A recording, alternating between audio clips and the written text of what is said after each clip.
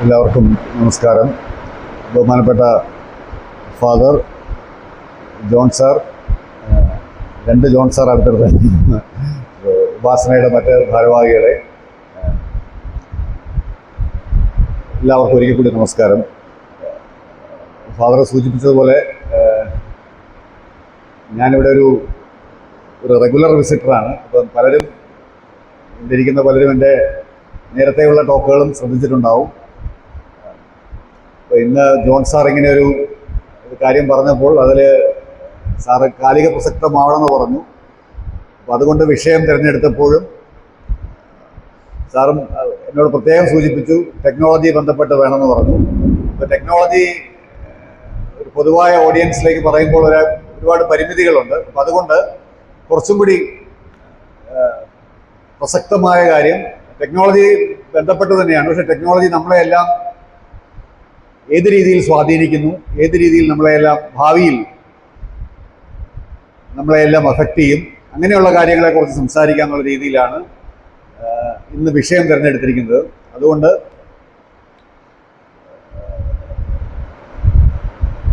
നമുക്ക് ചുറ്റും പറഞ്ഞ പോലെ ഫാദർ സൂചിപ്പിച്ചതുപോലെ ഒഴിവാക്കാനാകാത്ത ഒരു കടന്നുകയറ്റമാണ് ആർട്ടിഫിഷ്യൽ ഇൻ്റലിജൻസ്. അത് എല്ലാ മേഖലയിലും നമ്മൾ ദൈനംദിനം ഇടപെടുന്ന എല്ലാ മേഖലകളിലും ഇന്ന് AI സ്വാധീനമുണ്ട്. നമ്മൾ അറിഞ്ഞ് ചെയ്യുന്ന കുറേ കാര്യങ്ങളുണ്ട്, അറിയാതെ ചെയ്യുന്ന കുറേ കാര്യങ്ങളാണ് കൂടുതലും. അപ്പോൾ അറിഞ്ഞും അറിയാതെയും നമ്മൾ AI ഉപയോഗിക്കുന്നുണ്ട്. അപ്പോൾ അത് നമ്മളെ ഏതൊക്കെ രീതിയിൽ സ്വാധീനിക്കുന്നു, നമ്മുടെ ജീവിതത്തിൽ എന്തെങ്കിലും മാറ്റങ്ങൾ വരുത്തുന്നു, നമ്മുടെ ചുറ്റുമുള്ള ലോകത്ത്, നമ്മൾ ഇടപെടുന്ന ലോകത്ത് നമ്മളെ എങ്ങനെയൊക്കെ AI കടന്നുകയറ്റം നമ്മളെ അഫക്റ്റ് ചെയ്യുന്നുണ്ട്, ഇങ്ങനത്തെ കുറച്ച് കാര്യങ്ങളാണെന്ന് ചർച്ച ചെയ്യുന്നത്. അപ്പോൾ ഇത് പുതിയ സംഭവമല്ല. AI എന്ന് പറഞ്ഞ് നമ്മളിപ്പോൾ കേട്ടു തുടങ്ങിയിട്ട് മേ ബി ഒരു 5-10 വർഷമേ ആയിട്ടുള്ളൂ. പക്ഷേ ഞാനൊക്കെ പഠിക്കുന്ന കാലം മുതൽ ഇതിൻ്റെ അടിസ്ഥാന തത്വങ്ങൾ വളരെ നേരത്തെ ഡെവലപ്പ് ചെയ്തതാണ്. അടിസ്ഥാന തത്വങ്ങൾ. അപ്പോൾ AI ഫൗണ്ടേഷൻ എന്ന് പറഞ്ഞാൽ സ്ട്രോങ് ആയിട്ടുള്ള ഫൗണ്ടേഷൻ എന്ന് പറഞ്ഞാൽ മാത്തമാറ്റിക്സ് ആണ്. മാത്തമാറ്റിക്സിന്റെ ഫൗണ്ടേഷനിലാണ് AI ബിൽഡ് ചെയ്തിരിക്കുന്നത്. അപ്പോൾ ഈ അടുത്ത കാലത്താണ് അതിന്റെ പ്രസക്തിയും അതിന്റെ പ്രാധാന്യവും അതിന്റെ ആപ്ലിക്കേഷൻ കൂടിയെന്ന് മാത്രമേ ഉള്ളൂ. അതിന് കാരണമുണ്ട്. കാരണം നമ്മുടെ ലോകത്ത് ആകമാനം നമ്മുടെ കമ്പ്യൂട്ടിംഗ് പവർ, നമുക്ക് അവൈലബിൾ ആയിട്ടുള്ള കമ്പ്യൂട്ടിംഗ് പവറിന്റെ വർധന, അത് വളരെയധികം നമ്മളെ AI ആപ്ലിക്കേഷനിൽ സ്വാധീനിച്ചിട്ടുണ്ട്. രണ്ടാമത്തേത് നമ്മുടെ അൽഗോരിതം, നമ്മുടെ ഈ AI ഉപയോഗിക്കുന്ന അൽഗോരിതം എന്ന് പറയും, അൽഗോരിതത്തിൻ്റെയൊക്കെ വികാസങ്ങൾ വളരെ അധികം ഈ അടുത്ത കാലത്ത് ഒരുപാട് ഡെവലപ്മെന്റ്സ് അതിൽ നടന്നിട്ടുണ്ട്. മൂന്നാമത്തെ കാര്യം കണക്ടിവിറ്റി. നമ്മളിന്ന് എല്ലാവരും ഒരു കണക്റ്റഡ് വേൾഡിലാണ് താമസിക്കുക. എല്ലാവരും കണക്റ്റഡ് ആണ്, അല്ലേ? നമ്മൾ വ്യക്തികൾ മാത്രമല്ല, നമുക്ക് ചുറ്റുമുള്ള ഡിവൈസസ് വരെ കണക്റ്റഡ് ആണ്. അപ്പം ഡിവൈസസും വ്യക്തികളും എല്ലാവരും കണക്റ്റഡ് ആയിട്ടുള്ളൊരു ലോകത്ത് നമ്മൾ താമസിക്കുമ്പോൾ AI ആപ്ലിക്കേഷൻ കുറച്ചും കൂടി സ്ട്രോങ് ആയി. ഇതെല്ലാം കൂടി ചേർത്താണ്. അപ്പം കണക്ടിവിറ്റി നന്നായി. കണക്ടിവിറ്റി എന്ന് ഞാൻ പറയുമ്പോൾ ഇപ്പോൾ നമ്മൾ 5G ലോകത്താണ്. ഒരു ജനറേഷൻ എന്ന് പറഞ്ഞാൽ ഏകദേശം ഒരു 8 മുതൽ 10 വർഷം വരെയാണ്. ഇപ്പോൾ 2022 5G ലോഞ്ച് ചെയ്ത് തൊട്ട് 2030 വരെ ഏകദേശം. ഇന്നലെ ഞാനൊരു ഈ 5Gയിൽ ഞാൻ പറയുമ്പോൾ 5G ഇന്ത്യയിൽ തന്നെ നമുക്ക് വളരെ അഭിമാനിക്കാവുന്നൊരു കാര്യമാണ്. നമുക്കിപ്പോഴൊരു സംശയമുണ്ട്, BSNL പോലെയുള്ള നമ്മുടെ പൊതുമേഖലാ സ്ഥാപനം 5Gയിലേക്ക് മാറിയില്ല ഇതുവരെ. ഇപ്പോൾ അവർ 4G ഉദ്ഘാടനം ചെയ്തിട്ടേ ഉള്ളൂ. നിങ്ങൾ കണ്ടു കാണും, ഏകദേശം ഒരാഴ്ച മുമ്പ് നമ്മുടെ പ്രധാനമന്ത്രി BSNLന്റെ 4G സേവനമാണ് ഉദ്ഘാടനം ചെയ്തത്.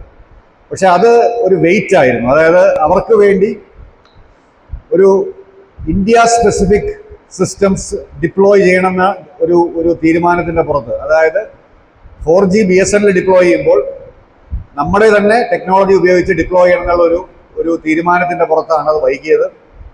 അത് ഇപ്പോൾ ഉപയോഗിച്ചിരിക്കുന്നതെല്ലാം നമുക്ക് അഭിമാനത്തോടെ പറയാം, ഇന്ത്യയിൽ തന്നെ വികസിപ്പിച്ചെടുത്ത നമ്മുടെ 3-4 കമ്പനികളാണ്. ടാറ്റയുടെ കമ്പനിയുണ്ട്, C.DOT ഉണ്ട്, തേജസ് നെറ്റ്വർക്ക്സ് എന്ന് പറഞ്ഞ ബാംഗ്ലൂരിലൊരു കമ്പനിയുണ്ട്.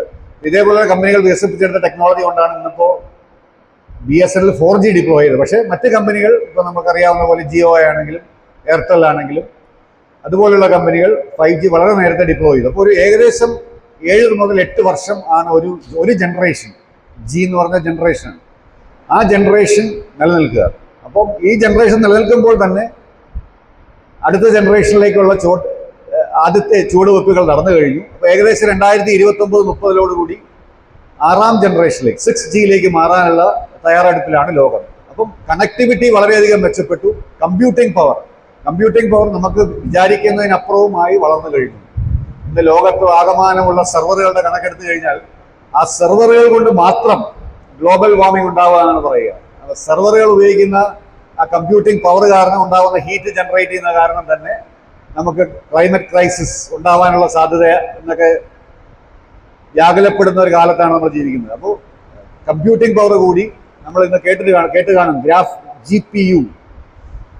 പണ്ടൊക്കെ നമ്മൾ CPU, ഒരു സാധാരണ കമ്പ്യൂട്ടറിലല്ലേ ഒരു PC-യിൽ CPU സെൻട്രൽ പ്രോസസ്സിംഗ് യൂണിറ്റ് ആണ് ഉണ്ടായിരുന്നെങ്കിൽ ഇന്ന് ഈ AI പോലുള്ള സാങ്കേതിക വിദ്യ ചലിക്കണമെങ്കിൽ AI പോലുള്ള വിദ്യകൾ നല്ല രീതിയിൽ നടപ്പാക്കണമെങ്കിൽ അതിലൊരു GPU, ഒരു ഗ്രാഫിക്കൽ പ്രോസസ്സിംഗ് യൂണിറ്റും കൂടെ വേണം. അപ്പം GPU അടക്കമുള്ള പ്രോസസ്സറുകൾ അല്ലെ സെർവറുകൾ ഉള്ള ഒരു കാലത്ത് വളരെയധികം കേപ്പബിലിറ്റി അല്ലെങ്കിൽ വളരെയധികം സ്റ്റോറേജ് പവറും പ്രോസസ്സിംഗ് പവറും, സ്റ്റോറേജ് എന്ന് പറഞ്ഞാൽ സൂക്ഷിക്കുക, ഡേറ്റ സൂക്ഷിക്കുക, അതേപോലെ തന്നെ പ്രോസസ്സ് ചെയ്യുക, കൈകാര്യം ചെയ്യുക, ഇത് രണ്ടും ശേഷിയുള്ള കമ്പ്യൂട്ടറുകളാണ് ഇത് ലോകത്താകമാനം ഡിപ്ലോയ് ചെയ്തിരിക്കുന്നത്. അപ്പം നമ്മളിപ്പോൾ ഒരു ChatGPT-യിൽ ഒരു പ്രോംപ്റ്റ് കൊടുത്ത് സെർച്ച് ചെയ്യുമ്പോൾ നിമിഷങ്ങൾക്കുള്ളിലാണ് അല്ലേ, നിങ്ങൾ ഒബ്സർവ് ചെയ്ത് കാണും, ഒരു 2 സെക്കൻഡ് 3 സെക്കൻഡിനുള്ളിലാണ് നമുക്ക് റിപ്ലൈ കിട്ടുന്നത്. അത് എവിടെയാണ് ഇത് പ്രോസസ് ചെയ്യുന്നത്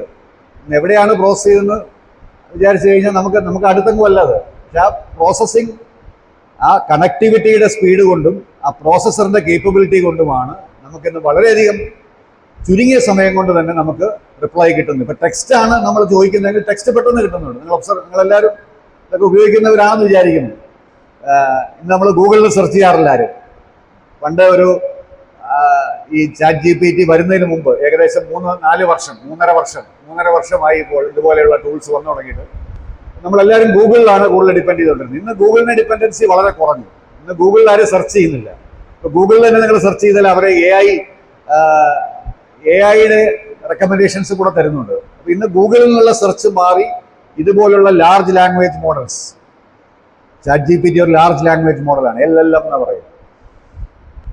അതിന്റെ അടിസ്ഥാനം തന്നെ നാച്ചുറൽ ലാംഗ്വേജ് പ്രോസസ്സിംഗ് എന്ന് പറയും. നാച്ചുറൽ ലാംഗ്വേജ് പ്രോസസ്സിംഗ് അതിനുള്ള കഴിവ് നേടിയെടുത്ത ടൂളാണ് ChatGPT. അപ്പൊ അതിനെ വെല്ലാനായിട്ട് നമുക്ക് വളരെയധികം ടൂൾസ് ഉണ്ട്. ഇപ്പം ഗൂഗിളിന്റെ തന്നെ ജെമിനായി എന്ന് പറഞ്ഞ ടൂളുണ്ട്. ഈ ഒരു ഇന്ത്യക്കാരൻ വികസിപ്പിച്ചെടുത്ത പെർപ്ലക്സിറ്റി എന്ന് പറഞ്ഞ ടൂളുണ്ട്. അതിന്ന് എയർടെൽ ഉപയോഗിക്കുന്നവർക്കെല്ലാം ഫ്രീ ആയിട്ട് കൊടുക്കുന്നുണ്ട് പെർപ്ലക്സിറ്റി. അപ്പൊ പ്രത്യേകിച്ച് വിദ്യാർത്ഥികൾക്കൊക്കെ സൗജന്യമായിട്ട് തന്നെ കൊടുക്കുന്നു. അപ്പം വളരെ പോപ്പുലറാണ്.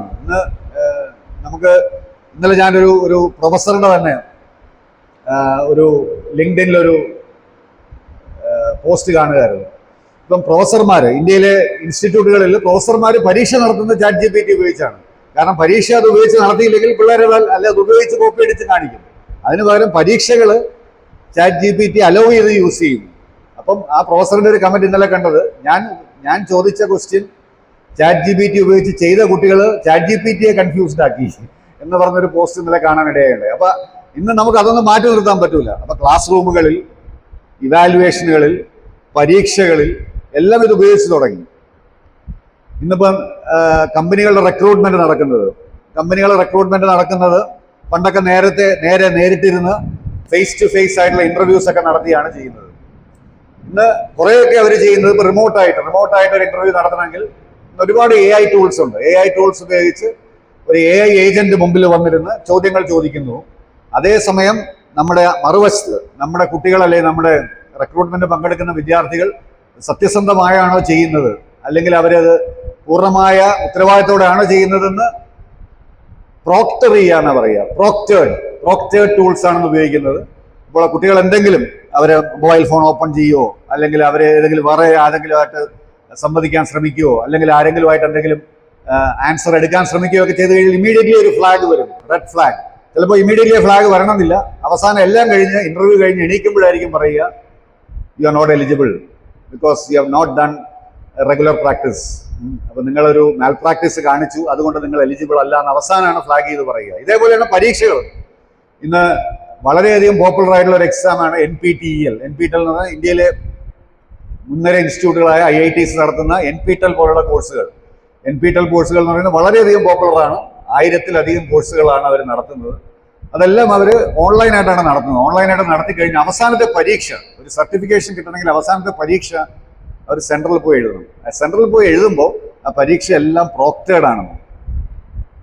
IITs നടത്തുന്ന പരീക്ഷയാണ്. പക്ഷെ നമുക്ക് ഇവിടെ കൊച്ചിയിൽ പോയി എഴുതാം. കൊച്ചിയിൽ പോയി എഴുതുമ്പോൾ ഒരു മാൽ പ്രാക്ടീസും അതിൽ പോസിബിൾ അല്ല. ഒരു മാൽ പ്രാക്ടീസ്, എന്തെങ്കിലും വ്യതിയാനങ്ങൾ വന്നു കഴിഞ്ഞാൽ, എന്തെങ്കിലും സംശയം വന്നു കഴിഞ്ഞാൽ അവസാനം ആ സ്ക്രീനിൽ ഒരു ഫ്ലാഗ് വരും, ഒരു റെഡ് ഫ്ലാഗ് വന്നിട്ട് പറയും നിങ്ങൾ ചെയ്തത് തെറ്റാണ്, നിങ്ങൾ ഈ പരീക്ഷയ്ക്ക് പാസ്സാവാൻ യോഗ്യതയുള്ള ആളല്ല, കാരണം നിങ്ങൾ ചീറ്റ് ചെയ്തിരിക്കുന്നു. അപ്പൊ ഇതുപോലുള്ള സംവിധാനങ്ങളുള്ളൊരു കാലത്താണ് നമ്മൾ ജീവിക്കുന്നത്. നമ്മുടെ ചുറ്റും നടക്കുന്ന കാര്യങ്ങൾ, ഇത് സർവൈലൻസ് അല്ലേ, നമുക്ക് ചുറ്റും അറിയാം. നമ്മൾ എവിടെ മൂവ് ചെയ്താലും somebody is watching above us. നമ്മളെ ആരെങ്കിലുമൊക്കെ നിരീക്ഷിക്കുന്നുണ്ട്.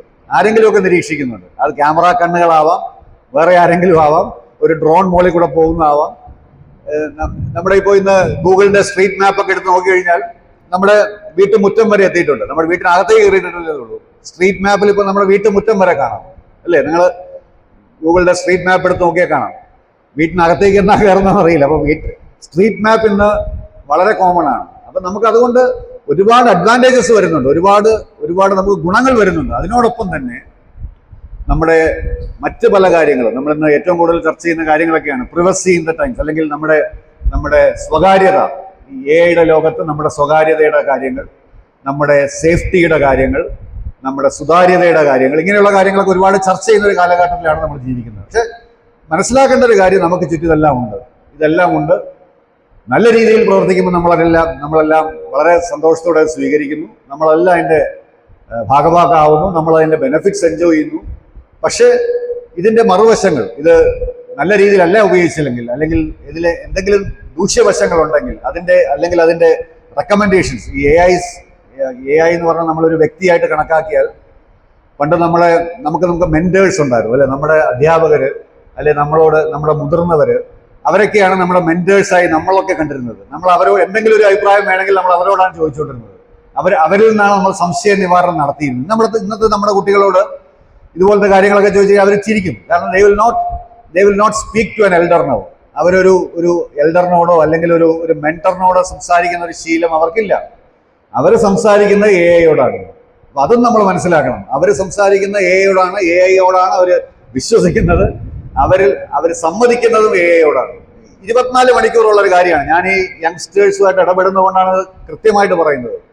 അപ്പൊ അതുകൊണ്ട് ഇത് നമ്മുടെ ചുറ്റും ഇന്ന് വളരെ വ്യാപകമായി അല്ലെങ്കിൽ വളരെ പോപ്പുലറായി നിൽക്കുന്ന ഒരു കാലത്ത് ഇതിൻ്റെ മറ്റു വശങ്ങൾ, ഇതിൻ്റെ എന്തെങ്കിലും നമ്മൾ കെയർഫുൾ ആയിട്ടിരിക്കേണ്ടതായിട്ടുണ്ടോ, എന്തൊക്കെയാണ് ഇതിലുള്ള പ്രൊട്ടക്ഷൻ സംവിധാനങ്ങൾ, എന്തൊക്കെയാണ് ഇതിനകത്തുള്ള രക്ഷാകവചങ്ങൾ, എന്തൊക്കെയാണ് ഇതിനകത്തെ സാങ്കേതികത നമുക്ക് അറിഞ്ഞിരിക്കേണ്ടതായിട്ടുള്ളത്, ഈ കാര്യങ്ങളെക്കുറിച്ച് കുറച്ച് കാര്യങ്ങൾ ചർച്ച ചെയ്യാനാണ് നമ്മൾ ഉദ്ദേശിക്കുന്നത്. അപ്പോൾ AI എന്ന് പറഞ്ഞാൽ നമുക്കറിയാവുന്നത് പോലെ ഒരു മെഷീനിലേക്ക് ഇൻ്റലിജൻസ് ക്രിയേറ്റ് ചെയ്യാണ്. മെഷീനിലേക്ക് ആർട്ടിഫിഷ്യലായിട്ട് ക്രിയേറ്റ് ചെയ്യാണ് ഇൻ്റലിജൻസ്. അപ്പം മെഷീനിലാണ് ഇൻ്റലിജൻസ് ക്രിയേറ്റ് ചെയ്യുന്നത്. ആ മെഷീനിൽ ഇൻ്റലിജൻസ് ക്രിയേറ്റ് ചെയ്യുന്നത് ഇപ്പോഴും ഹ്യൂമൻസ് ആണ്. ഹ്യൂമൻസ് അൽഗോരിതം എഴുതി, ഹ്യൂമൻസ് കോഡ് ചെയ്ത്, ഹ്യൂമൻസ് ഒരു മെഷീനിൽ കേപ്പബിലിറ്റി ഉണ്ടാക്കിയാണ് ഈ മെഷീനിൽ ഇൻ്റലിജൻസ് ഉണ്ടാക്കുന്നത്. അപ്പൊ ഇപ്പോഴും ഈ ക്രിയേറ്റ് ചെയ്യുന്ന ഇന്റലിജൻസ് ഹ്യൂമൻ ഡിപ്പെൻഡൻസ് ഉണ്ട്, അല്ലെ മാനുഷികമായ ഒരു കടപ്പാടുണ്ട് അവിടെ. പക്ഷെ ഇത് ഞാൻ പറയുമ്പോൾ തന്നെ ഇന്നിപ്പോൾ ഏജന്റിക് AI, അത് നിങ്ങൾ കേട്ട് കാണും. ഇന്ന് ഇതിലൊക്കെ താല്പര്യമുള്ളവരുടെ ശ്രദ്ധയ്ക്കാണ്, ഒരു കുറച്ച് നാളേ ആയുള്ളൂ, അതിന്റെ ട്രയൽസ് ഒക്കെ തുടങ്ങിയിട്ട് കുറച്ച് നാളായി. ഓപ്പൺ AI നിങ്ങൾക്ക് എല്ലാവർക്കും അറിയാമായിരിക്കും. ഓപ്പൺ AI എന്ന് പറഞ്ഞ കമ്പനിയാണ് വലിയ റെവല്യൂഷൻ ഈ മേഖലയിൽ കൊണ്ടുവന്നത്. ഓപ്പൺ AI ആണ് ChatGPT ഇൻട്രൊഡ്യൂസ് ചെയ്തത്. ഓപ്പൺ AI ഇന്ന് ഡൽഹിയിൽ ഓഫീസ് തുടങ്ങാൻ പോവാണ്. അടുത്ത വർഷം തന്നെ, അല്ലെങ്കിൽ അതിന്റെ പ്രാരംഭ പ്രവർത്തനങ്ങളൊക്കെ തുടങ്ങിക്കഴിഞ്ഞു. ഇവരെല്ലാം ഇന്ത്യയിലേക്ക് വരുന്നുണ്ട്. കാരണം ഓപ്പൺ AI ആണെങ്കിലും, ക്ലോഡ് ആണെങ്കിലും, മൈക്രോസോഫ്റ്റിന്റെ കോപ്പൈലറ്റ് ആണെങ്കിലും, ജെമിനൈ ആണെങ്കിലും ഒക്കെ ഇന്ത്യൻസ് ഒരുപാട് വർക്ക് ചെയ്യുന്ന മേഖലയാണ്. അപ്പൊ അവർ ഇന്ത്യയിൽ ഓഫീസ് തുടങ്ങുകയാണ്. കാരണം ഇന്ത്യക്കാരുടെ ഇതുപോലുള്ള കഴിവുകൾ, അൽഗോരിതം വികസിപ്പിച്ചെടുക്കാനും കോഡ് ചെയ്യാനുള്ളതും, അതുപോലെ അവരുടെ അവരുടെ ഫണ്ടമെന്റൽ മാത്തമാറ്റിക്സ് ഏറ്റവും നല്ല രീതിയിലാണെന്നുള്ളതാണ് ഇപ്പോഴും മറ്റ് രാജ്യങ്ങൾ നോക്കിക്കാണുന്നത്. ചൈനയെ മാറ്റി നിർത്തി കഴിഞ്ഞാൽ, ചൈനയെ കുറിച്ച് വേറെ ഒരുപാട് ചർച്ചകൾ നടക്കുന്നുണ്ടെങ്കിലും ഇന്ത്യക്കാരിലുള്ള ഒരു വിശ്വാസം അതൊക്കെയാണ്. അപ്പൊ അതുകൊണ്ട് ഇതുപോലുള്ള കമ്പനീസ് ഇന്ത്യയിൽ വരികയാണ് ഭാവിയിൽ. അപ്പോൾ ഈ കമ്പനീസ് വരുമ്പോൾ ഇപ്പം ഞാൻ ഓപ്പൺ ഐയുടെ കാര്യം പറഞ്ഞു. ഓപ്പൺ ഐ ഒരു പുതിയ പ്ലാറ്റ്ഫോം തുറന്നിടുകയാണ്. SORA എന്നാണ്, സോറ. ആ സോറ എന്ന് പറഞ്ഞ പ്ലാറ്റ്ഫോം നിങ്ങൾക്ക് ഇപ്പോൾ യൂട്യൂബിൽ ചെറിയ ചെറിയ വീഡിയോകളൊക്കെ ഉണ്ട്, അതിൻ്റെ കേപ്പബിലിറ്റി ഒക്കെ ഡെമോൺസ്ട്രേറ്റ് ചെയ്തുകൊണ്ട്. അത് ഇന്ത്യയിൽ ഇപ്പോൾ അവൈലബിൾ ആയിട്ടില്ല. വളരെ ഒരു മാസത്തിനുള്ളിലൊക്കെ വരുമെന്ന് വിചാരിക്കാം. നമ്മൾ ജനറേറ്റീവ് AI എന്ന് കേട്ട് കാണും. ജനറേറ്റീവ് AI ഒരുപാട് ചർച്ച ചെയ്യുന്ന ഒരു കാര്യമാണിത്. എന്തും ജനറേറ്റ് ചെയ്ത് തരും. നമുക്ക് എന്തും ജനറേറ്റ് ചെയ്ത് തരും. നമുക്ക് വിഷ് ചെയ്താൽ മതി, അത് നമ്മൾ ആഗ്രഹിച്ചാൽ മതി. ആഗ്രഹിക്കുക എന്ന് പറഞ്ഞാൽ ചിലപ്പോൾ എഴുതി കൊടുക്കണം, അല്ലെങ്കിൽ പണ്ടൊക്കെ എഴുതി കൊടുക്കണമായിരുന്നു. ഇപ്പോൾ എഴുതി കൊടുക്കണ്ട, ഇപ്പോൾ നമ്മൾ സംസാരിച്ചാൽ മതി. നമ്മൾ ഓഡിയോ മെസ്സേജ് കൊടുത്താൽ എന്തും ജനറേറ്റ് ചെയ്ത് തരും. അപ്പോൾ ഒരു സിനിമ നമുക്ക് ജനറേറ്റ് ചെയ്ത് തരണം, നമ്മൾ അതിൻ്റെ സ്ക്രിപ്റ്റ് പറഞ്ഞു കൊടുക്കുന്നു. സ്ക്രിപ്റ്റ് എന്ന് പറഞ്ഞാൽ വളരെ ബേസിക്, നമ്മൾ ഈ സിനിമാക്കാർ പറയുന്ന പോലെ 1 ലൈൻ എന്നൊക്കെ പറഞ്ഞ പോലെ ഒരു സ്ക്രിപ്റ്റ് അവർക്കൊന്ന് ചെറുതായിട്ടൊരു ഹിന്റ് ഇട്ട് കൊടുത്തു കഴിഞ്ഞാൽ മതി, ഒരു ബ്യൂട്ടിഫുൾ സിനിമ ജനറേറ്റ് ചെയ്ത് തരും നമുക്ക്. അപ്പോൾ നമുക്കിന്ന് കാണുന്ന സിനിമകൾ പോലും നമുക്ക് സംശയിട്ടിരിക്കുന്നത് ഇങ്ങനെയൊക്കെയാണോ ജനറേറ്റ് ചെയ്യുന്നുള്ളത്. അപ്പോൾ ഇത് എങ്ങനെയാണ് ഇത് എക്സ്പൊണൻഷ്യൽ ആയിട്ടാണ് ഇപ്പോൾ ഗ്രോ ചെയ്യുന്നത്. എക്സ്പൊണൻഷ്യൽ എന്ന് പറഞ്ഞാൽ അറിയാലോ, ഒരു ലീനിയർ ഗ്രോത്ത് അല്ല, എക്സ്പൊണൻഷ്യൽ ആയിട്ടാണ് ആ ഗ്രോത്ത്. ഇന്ന് സംഭവിക്കുന്നതല്ല ഒരു 6 മാസത്തിൽ സംഭവിക്കാൻ പോകുന്നത്. ഞാൻ സൂചിപ്പിച്ചതുപോലെ ഇതിനകത്തെല്ലാം ഇപ്പോഴും ഒരു ഹ്യൂമൻ ഇന്റർവെൻഷൻ ഉണ്ട്. ഹ്യൂമൻ ഇന്റർവെൻഷൻ എന്ന മാനുഷികമായ ഇടപെടൽ, അല്ലെങ്കിൽ ഹ്യൂമൻസ് ആണ് ഈ അൽഗോരിതം ഡെവലപ്പ് ചെയ്യുന്നത്. ഞാൻ അത് സൂചിപ്പിക്കാൻ കാരണം ഇപ്പോൾ ഏജന്റിക് AI പോലുള്ള ടൂൾസ് വന്നതിന് ശേഷം ഈ ഓട്ടോണമസ് ആയിട്ട്, അതായത് ആ AI സിസ്റ്റം തന്നെ സ്വയം തീരുമാനങ്ങൾ എടുക്കാനുള്ള ശേഷിയായി മാറിക്കഴിഞ്ഞു. അപ്പോൾ ഇന്ന് ഏജന്റിക് AI പ്ലാറ്റ്ഫോംസും വളരെയധികം പോപ്പുലറായി വന്നിരിക്കുകയാണ്. അപ്പോൾ ഇതെല്ലാം സംഭവിക്കുന്നത് എങ്ങനെയാണെന്ന് വെച്ച് കഴിഞ്ഞാൽ മെഷീൻസ് കേപ്പബിലിറ്റി കൂടി AIയുടെ അടിസ്ഥാനം തന്നെ പറയുന്നത് നമുക്കറിയാമല്ലോ. AI is capable of making decisions. AIക്ക് ഡിസിഷൻസ് എടുക്കാനുള്ള കഴിവുണ്ട്. ആ ഡിസിഷൻസ് എടുക്കാനുള്ള കഴിവ് എങ്ങനെയാണ്? അതിനെ നമ്മൾ ട്രെയിൻ ചെയ്തെടുക്കുന്നു. പണ്ട് നമ്മളെ കുട്ടിക്കാലത്ത് നമ്മളെ പട്ടിക പഠിപ്പിക്കില്ല അധ്യാപകർ. മാത്തമാറ്റിക്സിന്റെ പട്ടിക പഠിപ്പിച്ച് എങ്ങനെയാണ്?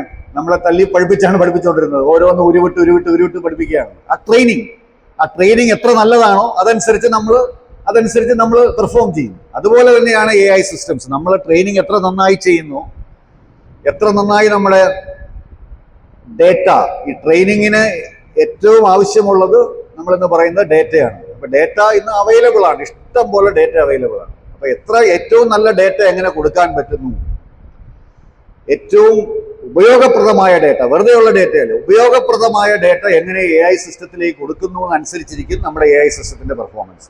അപ്പൊ ഡേറ്റ അടിസ്ഥാനപരമായ ഘടകമാണ്. ആ ഡേറ്റയുടെ വോളിയം ഒരു വലിയ ഘടകമാണ്.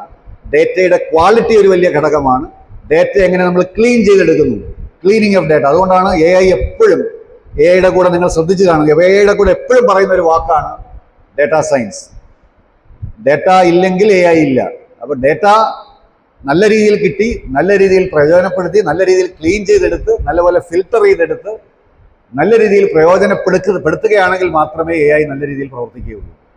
അപ്പം ഇന്ന് കിട്ടുന്ന ഡേറ്റ എല്ലാം നമുക്ക് പ്രയോജനപ്രദമാവണമെന്നില്ല. അപ്പം നല്ല രീതിയിൽ അത് ക്ലീൻ ചെയ്ത് ഫിൽട്ടർ ചെയ്ത് എടുത്തു കഴിഞ്ഞാൽ നമുക്ക് ഡേറ്റയെ പ്രയോജനപ്പെടുത്താം. അപ്പോൾ AIയുടെ അടിസ്ഥാനം എന്ന് പറഞ്ഞു കഴിഞ്ഞാൽ ഡേറ്റ ഉപയോഗിക്കുക, ഒരു മെഷീനെ പഠിപ്പിച്ചെടുക്കുക, ആ മെഷീനെ കൊണ്ട് ഡിസിഷൻസ് ചെയ്യാൻ പ്രാപ്തരാക്കുക. ഈ 3 കാര്യങ്ങളാണ്.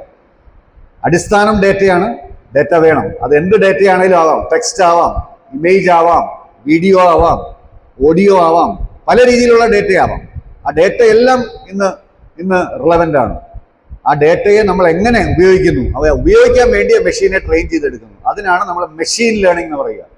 മെഷീനെ പാകപ്പെടുത്തിയെടുക്കുക, മെഷീനെ ട്രെയിൻ ചെയ്തെടുക്കുക, അതിനാണ് മെഷീൻ ലേണിംഗ്. ആ മെഷീൻ ലേണിങ്ങിന്റെ അടിസ്ഥാനം എന്ന് പറഞ്ഞാൽ നമ്മളെല്ലാം നമ്മുടെ സ്കൂളുകളിലും വിദ്യാഭ്യാസ കാലത്തും കോളേജുകളിലൊക്കെ പഠിപ്പിച്ച അടിസ്ഥാന മാത്തമാറ്റിക്സ് തത്വങ്ങളാണ് ഈ എല്ലാ ML അൽഗോരിതത്തിലും വർക്ക് ചെയ്യുന്നത്. പ്രോബബിലിറ്റിയുടെയും സ്റ്റാറ്റിസ്റ്റിക്സിൻ്റെയൊക്കെ അടിസ്ഥാനപരമായ കാര്യങ്ങളാണ് ML അൽഗോരിതംസിലെല്ലാം വർക്ക് ചെയ്യുന്നത്. അതെല്ലാം ഇന്ന് വളരെ വലിയ രീതിയിൽ മോഡിഫൈ ചെയ്തിട്ടുണ്ട്, വളരെ വലിയ രീതിയിൽ നന്നാക്കി എടുത്തിട്ടുണ്ട്. പക്ഷെ അതിൻ്റെയൊക്കെ അടിസ്ഥാനം എന്ന് പറയുന്നത് നമ്മളൊക്കെ പഠിച്ച കാലഘട്ടത്തിലെ പ്രോബബിലിറ്റിയും സ്റ്റാറ്റിസ്റ്റിക്സും ഒക്കെ തന്നെയാണ്. അപ്പം അതിനെ ഒന്ന് നല്ല രീതിയിലാക്കി എടുത്തു, നല്ല രീതിയിൽ പ്രയോജനപ്പെടുത്തി എടുത്തു എന്നുള്ളതാണ് ഇതിൻ്റെയൊക്കെ വിജയം. 3ാമത്തെ കാര്യമാണ് ഞാൻ പറഞ്ഞത്, ഇത് ട്രെയിൻ ചെയ്തെടുത്താൽ മാത്രം പോരാ. ട്രെയിൻ ചെയ്ത് അതിനെ റെഡിയാക്കി വയ്ക്കുകയാണ്. ഇപ്പം നമ്മളൊരു നിങ്ങളെ റോബോട്ടിനെ കണ്ടു കാണും. ഒരു റോബോട്ട് നമ്മൾ കുറേ ടാസ്കിന് വേണ്ടി ട്രെയിൻ ചെയ്തെടുക്കുന്നു.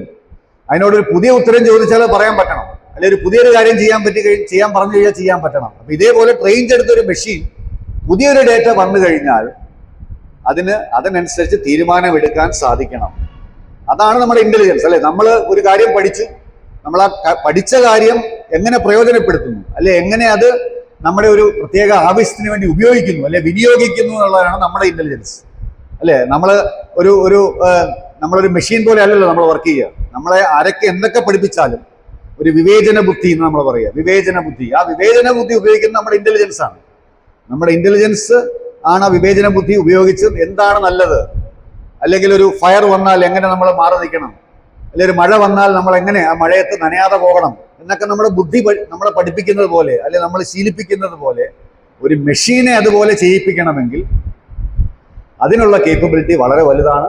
കേപ്പബിലിറ്റി ഒരു കോംപ്രമൈസും ചെയ്യാതെ ചെയ്യേണ്ട കാര്യങ്ങളാണ്. കാരണം അത് കോംപ്രമൈസ് ചെയ്യാതെ ചെയ്യേണ്ട കാര്യങ്ങളാണെന്ന് പറയാൻ കാരണം എല്ലാ മേഖലകളിലും ഉപയോഗിക്കുകയാണ്, എല്ലാ മേഖലയിലും ഉപയോഗിക്കുകയാണ്. നമ്മൾ ഒരു ഫ്ലൈറ്റിൽ കയറി കഴിഞ്ഞാൽ നിങ്ങൾ ആ പൈലറ്റിന്റെ ആദ്യത്തെ നമ്മളെ ഗ്രീറ്റിംഗ് കഴിഞ്ഞ് പിന്നെ they are not interacting with us, നമ്മൾ അവരുമായിട്ട് സംവദിക്കുന്നേയില്ല. നിങ്ങൾ ശ്രദ്ധിച്ചു കാണും, വല്ലപ്പോഴും ഒരു ടർബുലൻസ് ഒക്കെ ഉണ്ടെങ്കിൽ അവരൊരു മെസ്സേജ് തരികയാണ്.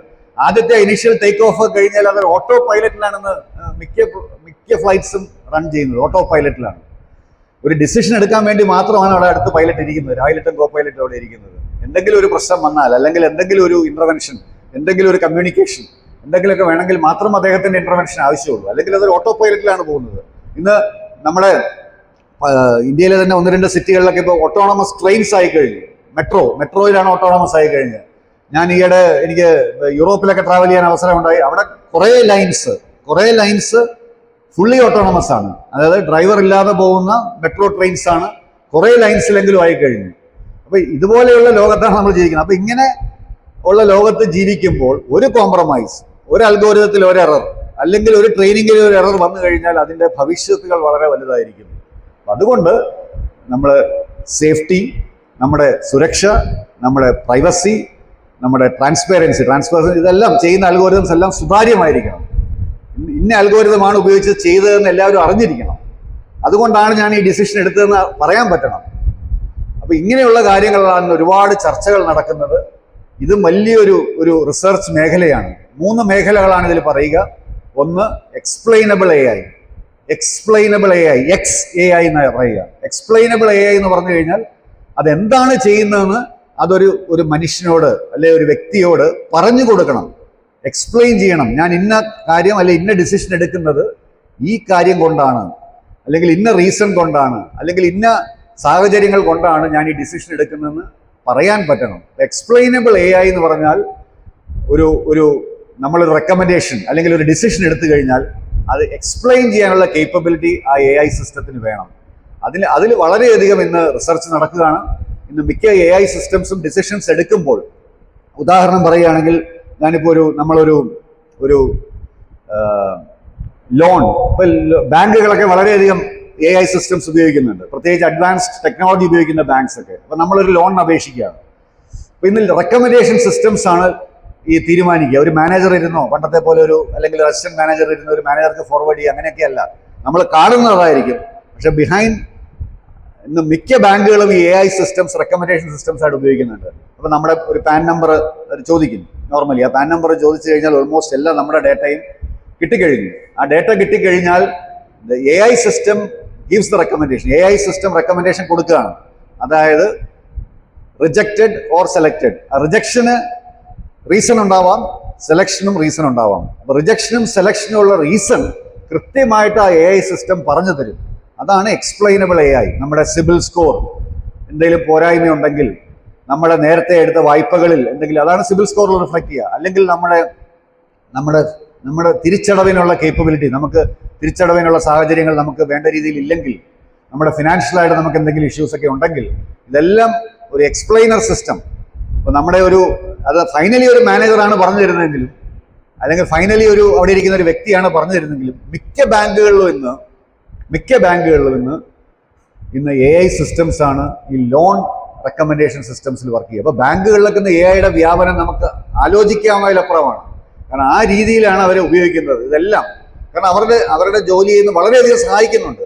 പക്ഷെ സഹായിക്കുമ്പോൾ തന്നെ ഞാൻ പറഞ്ഞത് ഈ എടുക്കുന്ന ഡിസിഷൻ, അപ്പൊ എ ഐ സിസ്റ്റമാണ് ഡിസിഷൻ എടുക്കുന്നത്. എടുക്കുന്ന ഡിസിഷൻ കറക്റ്റ് ആണോ, എടുക്കുന്ന ഡിസിഷന്റെ തോട്ട് പ്രോസസ് എന്താണ്, അതിന്റെ പുറകിൽ വർത്തിച്ച കാര്യം എന്താണ്, ആ കാര്യം കൃത്യമായിട്ട് പറയാൻ പറ്റണം. അതാണ് എക്സ്പ്ലെയിനബിൾ AI എന്ന് പറയുക. അത് ഇന്ന് ഈ AI സിസ്റ്റംസ് ഡെവലപ്പ് ചെയ്യുന്നതിനോടൊപ്പം തന്നെ എക്സ്പ്ലെയിനബിൾ AIയുടെ കേപ്പബിലിറ്റിയും വർദ്ധിപ്പിക്കാനുള്ള ശ്രമത്തിലാണ് ഇന്ന് ലോകം. അതിൽ വളരെയധികം റിസർച്ച് നടക്കുന്നുണ്ട്, അതിന്റെ ആക്യുറസി നോക്കുന്നുണ്ട്.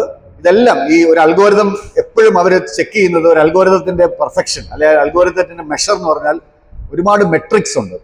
അതിൽ എത്രത്തോളം എറർ വരാം, ആ എറർ വന്നാൽ അതെങ്ങനെ നമ്മൾ കുറയ്ക്കാൻ പറ്റും, ആ എറർ വരാനുള്ള റീസൺസ് എന്തൊക്കെയാണ്. അപ്പൊ ഈ എറർ കമ്പ്യൂട്ട് ചെയ്യുന്ന മെട്രിക്സ് ഒരുപാടുണ്ടെന്ന്. അപ്പൊ ആ മെട്രിക്സിനെ വെച്ചിട്ടാണ് ഓരോ അൽഗോരിതത്തിനെ ജഡ്ജ് ചെയ്യുന്നത്. അപ്പൊ അതുകൊണ്ട് നമുക്ക് എക്സ്പ്ലെയിനബിൾ AI സിസ്റ്റംസ് ക്രിയേറ്റ് ചെയ്യുമ്പോൾ നമ്മൾക്ക് തരുന്ന റെക്കമെൻഡേഷൻ കറക്റ്റ് ആണോ. നമ്മൾ ഒരു ഓട്ടോണമസ് വെഹിക്കിളിൽ ട്രാവൽ ചെയ്തുകൊണ്ടിരിക്കുകയാണ്, ഒരു ഡ്രൈവർലെസ് കാർ. ഇന്നിപ്പോൾ നിങ്ങൾക്കറിയാം, എറണാകുളത്ത് ഇന്ത്യയിലെ തന്നെ ഏറ്റവും അധികം ഓട്ടോണമസ് കാർ വികസിപ്പിച്ചെടുത്ത് എറണാകുളത്താണ്. എത്ര പേർക്ക് അറിയാമെന്ന് എനിക്കറിയില്ല. ആ കമ്പനിയുടെ പേരാണ് റോഷ് AI, ROSH, റോഷ്.ai എന്നാണ് ആ കമ്പനിയുടെ പേര്. റോഷി ജോൺ എന്ന വ്യക്തിയാണ് ആ കമ്പനിയുടെ ഫൗണ്ടർ. അദ്ദേഹത്തോടൊപ്പം ഒരുപാട് ആൾക്കാരുണ്ട്. ഇപ്പോൾ അവർ വളരെയധികം മുന്നോട്ട് പോയി കഴിഞ്ഞപ്പോൾ അവരൊരു ചെറിയ എന്താണ് നമ്മുടെ പണ്ടത്തെ നാനോ കാറിൽ നിന്നാണ് തുടങ്ങിയത്. പക്ഷെ ഇന്നിപ്പോൾ അവർ വലിയ വലിയ കാറുകളിൽ വരെ ടെസ്റ്റ് ചെയ്ത് അവരുടെ തന്നെ ടെസ്റ്റ് ട്രാക്കുകളിൽ വളരെ ഭംഗിയായിട്ട് അത് ടെസ്റ്റ് ചെയ്ത് പോകുന്നുണ്ട്. ഇനി ഫൈനലി നമ്മുടെ റോഡിലേക്ക് ഇറങ്ങണമെങ്കിൽ ഒരുപാട് കടമ്പകൾ കടക്കാനുണ്ട്. പക്ഷെ അവരുടെ തന്നെ ടെസ്റ്റ് ട്രാക്കുകളിൽ ഭംഗിയായിട്ട് നമ്മുടെ എല്ലാ പ്രതിബന്ധങ്ങളും, ഒരു മഴ പെയ്താൽ അല്ലെങ്കിൽ ഒരു വ്യക്തി കുറുകെ ചാടിയാൽ അല്ലെങ്കിൽ ഒരു കാർ എതിരെ വന്നാൽ ആ കാര്യങ്ങളിലുള്ള ടെസ്റ്റിംഗ് ഒക്കെ പൂർണ്ണമായി നടത്തി കഴിഞ്ഞവർ. അപ്പോൾ അവർ they are ready to deploy on the road. പക്ഷെ നമ്മുടെ റോഡുകൾ അതിന് റെഡിയാണോ? നമ്മുടെ MBD പോലുള്ള ഏജൻസികൾ അതിനുള്ള ലൈസൻസ് കൊടുക്കുവോ? അല്ലെങ്കിൽ നമ്മുടെ ഏതെങ്കിലും നഗരത്തിൽ, ഇന്ത്യയിൽ ഇപ്പോൾ കേരളത്തിലെ കുറിച്ച് ചിന്തിക്കേണ്ട, ഏതെങ്കിലും നഗരത്തിൽ ഇതൊക്കെ പോസിബിൾ ആണോ എന്ന കാര്യങ്ങളാണ് അവർ നോക്കിക്കൊണ്ടിരിക്കുന്നത്. മേ ബി ഒരു 2-3 വർഷത്തിനൊക്കെ ഉള്ളിൽ അവർക്കും ഇതുപോലുള്ള ഓട്ടോണമസ് വെഹിക്കിൾസ് നിരത്തുകളിൽ ഇറക്കാൻ സാധിക്കും. ഇന്ന് പുറത്തൊരുപാട് രാജ്യങ്ങളിൽ ഇതുണ്ട്. അപ്പൊ ഇന്ത്യയിൽ അത് എത്ര നാൾക്കുള്ളിൽ എത്തും. പക്ഷെ നമുക്ക് അഭിമാനിക്കാൻ കാരണം, ഞാൻ പറയാൻ കാരണം, അത് കൊച്ചിയിലാണ് അത് വളരെ നല്ല രീതിയിൽ ഒരു പ്രൊജക്റ്റായിട്ട് ഡെവലപ്പ് ചെയ്ത് ഭംഗിയായിട്ട്, ഞാൻ പറഞ്ഞില്ല, ഇതൊരു പ്രോട്ടോടൈപ്പ് അല്ല. നമ്മൾ എപ്പോഴും ഒരു കാര്യത്തിന്റെ പറയുന്നത് പ്രൂഫ് ഓഫ് കൺസെപ്റ്റ് എന്ന് പറഞ്ഞാൽ അത് ടെസ്റ്റ് ചെയ്ത് റെഡിയാക്കി വെക്കുക. അതിനപ്പുറത്തേക്ക് ഒരു എന്താ പറയുക, ഒരു കമേഴ്ഷ്യലി റെഡി പ്രൊപ്പോസിഷൻ എന്ന് പറയുക. അതായത് അതിലേക്ക് എത്തിച്ചെന്ന രീതിയിലേക്കാണ് അവർ പോകുന്നത്. ഞാൻ അത് പറയാൻ കാരണം, നമ്മളൊരു ഓട്ടോണമസ് വെഹിക്കിളിൽ ഡ്രൈവ് ചെയ്യുകയാണെങ്കിൽ ആ വെഹിക്കിൾ ഇപ്പം നിങ്ങൾക്ക് തന്നെ അറിയാം, നമ്മുടെ പല കാറുകളിലും ഇപ്പം ഒരു മീഡിയം ലെവൽ കാറുകളിൽ തന്നെ വന്നു തുടങ്ങിയാണ് ADAS. AIയുടെ വലിയൊരു എന്താ പറയുക, മുന്നോട്ട് കുതിച്ചുചാട്ടമാണത്. Autonomous driver assistance system. അപ്പോൾ ADAS ഒക്കെ ഉള്ള വെഹിക്കിൾസ് ഡ്രൈവ് ചെയ്യുന്ന ആൾക്കാർക്ക് അറിയാം, നമ്മുടെ മുമ്പിൽ എന്ത് കണ്ടാലും കൃത്യമായിട്ട് വാർണിംഗ് തന്ന് നമ്മൾ കാല് ചവിട്ടണ്ട, braking is applied, brake apply ചെയ്യുകയാണ്. അല്ലെങ്കിൽ വേറെ എന്തെങ്കിലും വാർണിംഗ് നമുക്ക് ചുറ്റും വന്നു കഴിഞ്ഞാൽ കൃത്യമായിട്ട് അലേർട്ട് തരികയാണ്. നമ്മുടെ കണ്ണൊന്ന് ചെറുതായിട്ട് അടഞ്ഞു പോയി കഴിഞ്ഞാൽ കൃത്യമായി വാർണിംഗ് അലേർട്ട് തരികയാണ്. അങ്ങനെയുള്ള അതിന്റെ കേപ്പബിലിറ്റി കൂടി വരികയാണ്. ഇപ്പോൾ ADAS 2 നിൽക്കുന്നത്, ADAS 3 ഉള്ള വെഹിക്കിൾസും ഒക്കെ വന്നു തുടങ്ങി കഴിഞ്ഞു. അപ്പോൾ ഈ ബ്രേക്ക് എന്തുകൊണ്ട് അപ്ലൈ ചെയ്തു? അത് ഏത് സെൻസറാണ് പ്രവർത്തിച്ചത്, ഏത് അൽഗോരിതമാണ് വർക്ക് ചെയ്തത്, എന്ത് ടൈപ്പ് പ്രതിബന്ധമാണ് മുമ്പിൽ വന്നത്, ആ പ്രതിബന്ധത്തിനനുസരിച്ചുള്ള ഡിസ്റ്റൻസിലാണോ നമ്മൾ നിർത്തിയത്. ഒരു ട്രക്ക് പോവുകയാണുള്ള ഒരു ബ്രേക്കിങ്ങും, ഒരു ഫ്രണ്ടിൽ വേറെ എന്തെങ്കിലും വെഹിക്കിൾ, അല്ലെങ്കിൽ 2 വീലറോ ഒരു കാറാണ് അതിന് മുമ്പിൽ പോകുന്നതെങ്കിൽ അതിനുള്ള ഡിസ്റ്റൻസിലൊക്കെ വ്യതിയാനങ്ങളുണ്ട്, അല്ലെങ്കിൽ കൃത്യമായ കണക്കുകളുണ്ട്. അപ്പം ഈ നിർത്തിയത് കൃത്യമായ സമയത്താണോ, നമ്മുടെ ഏത് സെൻസറാണ് കൃത്യമായി പ്രവർത്തിച്ചത്, ഏത് അൽഗോരിതമാണ് അവിടെ പ്രവർത്തിച്ചത്, അത് കൃത്യമായിട്ട് എക്സ്പ്ലെയിൻ ചെയ്ത് തരാൻ പറ്റണം. അപ്പം നമ്മളൊരു ഓട്ടോണമസ് കാറിനെ ഡിപ്ലോയ് ചെയ്യണമെങ്കിൽ, നമ്മുടെ നിരത്തുകളിൽ ഡിപ്ലോയ് ചെയ്യണമെങ്കിൽ ഇങ്ങനെയുള്ള എക്സ്പ്ലെയിനബിൾ സിസ്റ്റംസ് കൂടി വികസിപ്പിച്ച് അതിനോടൊപ്പം നിർമ്മിച്ചാൽ മാത്രമേ ഇന്ന് അങ്ങനെയുള്ള കാര്യങ്ങൾക്ക് അനുമതി ലഭിക്കുകയുള്ളൂ. അപ്പം എക്സ്പ്ലെയിനബിൾ AI എന്ന് പറഞ്ഞാൽ വലിയൊരു മേഖലയാണ്. ആ മേഖല ഇന്ന് AIയുടെ ഒപ്പം തന്നെ വളരുകയാണ്. അത് പൂർണ്ണതോതിൽ എത്തുമ്പോൾ നമുക്ക് എന്തും ഉപയോഗിക്കുമ്പോൾ നമുക്ക് കൃത്യമായിട്ട് ഒരു ധാരണയുണ്ടാവും. എന്തുകൊണ്ടാണ് ഇതിങ്ങനെ പ്രവർത്തിക്കുന്നത്, എന്തുകൊണ്ടാണ് ഇതിങ്ങനെ ഒരു ഡിസിഷൻ എടുത്തത്, എന്തുകൊണ്ടാണ് നമ്മുടെ ലോൺ റിജക്ട് ചെയ്തത്, ആ ലോൺ റിജക്ട് ചെയ്യാനുണ്ടായ കാരണം കൃത്യമാണോ, അല്ലെങ്കിൽ ലോൺ അപ്രൂവ് ചെയ്യാനുണ്ടായ കാരണം കൃത്യമാണോ. അപ്പം അങ്ങനെയുള്ള കൃത്യമായ ഉത്തരങ്ങൾ തരാൻ കേപ്പബിൾ ആയുള്ള AI സിസ്റ്റംസ് വികസിപ്പിച്ചെടുക്കുന്നതിലാണ് ഇന്നിപ്പോൾ ലോകം. അതാണ് എക്സ്പ്ലെയിനബിൾ AI എന്ന് പറയുക. രണ്ടാമത്തെ പ്രധാനപ്പെട്ട കാര്യമാണ് റെസ്പോൺസിബിൾ AI, ഉത്തരവാദിത്വമുള്ള AI. അപ്പോൾ നമ്മൾ ഇതെല്ലാം ഞാൻ പറഞ്ഞു, ഇത് അടിസ്ഥാനം എന്ന് പറഞ്ഞാൽ ഡിസിഷൻസ് എടുക്കുകയാണ്, നമുക്ക് വേണ്ടി തീരുമാനങ്ങൾ എടുക്കുകയാണ്. അപ്പോൾ തീരുമാനങ്ങൾ എടുക്കുമ്പോൾ ഉത്തരവാദിത്തോടെയാണോ തീരുമാനം എടുക്കുന്നത്? ഇന്ന് മെഡിക്കൽ രംഗത്ത് ഏറ്റവും അധികം ഉപയോഗിക്കുന്നതാണ് AI. ഞാൻ എപ്പോഴും കോട്ട് ചെയ്യുന്ന ഒരു എക്സാമ്പിളാണ്. എൻ്റെ ക്ലാസ്മേറ്റ്, അതിൻ്റെ പേര് ജോഷി എന്നാണ്. അദ്ദേഹം വർക്ക് ചെയ്യുന്ന US ഏറ്റവും പ്രമുഖമായ ക്യാൻസർ റിസർച്ച് സ്ഥാപനത്തിലാണ്. അപ്പോൾ അദ്ദേഹം അടിസ്ഥാനപരമായി ഇലക്ട്രോണിക്സ് ആണ് പഠിച്ചത്. ഇലക്ട്രോണിക്സ് കഴിഞ്ഞ് അദ്ദേഹം കമ്മ്യൂണിക്കേഷനിൽ ഉന്നത വിദ്യാഭ്യാസം നടത്തി. അത് കഴിഞ്ഞ് അയാൾ ബയോ ഇൻഫോർമാറ്റിക്സിൽ PhD എടുത്തു. ഇപ്പോൾ വർക്ക് ചെയ്യുന്ന ക്യാൻസർ റിസർച്ചിലാണ്. ഇപ്പോൾ ക്യാൻസർ റിസർച്ചിൽ അദ്ദേഹത്തിൻ്റെ ടീമിൽ അദ്ദേഹം വർഷത്തിലൊരിക്കൽ നാട്ടിൽ വരാറുണ്ട്, ഞങ്ങൾ മീറ്റ് ചെയ്യാറുണ്ട്.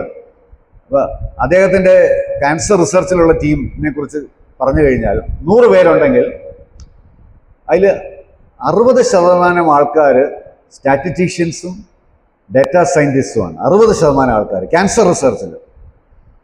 20% ആൾക്കാർ എഞ്ചിനീയേഴ്സാണ്.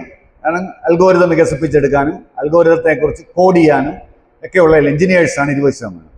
20% മാത്രമേ ഉള്ളൂ ക്ലിനീഷ്യൻസ് അല്ലെങ്കിൽ ഡോക്ടേഴ്സ്. അപ്പോൾ 60-20-20 ക്യാൻസർ റിസർച്ചിൽ വർക്ക് ചെയ്യുന്നത്.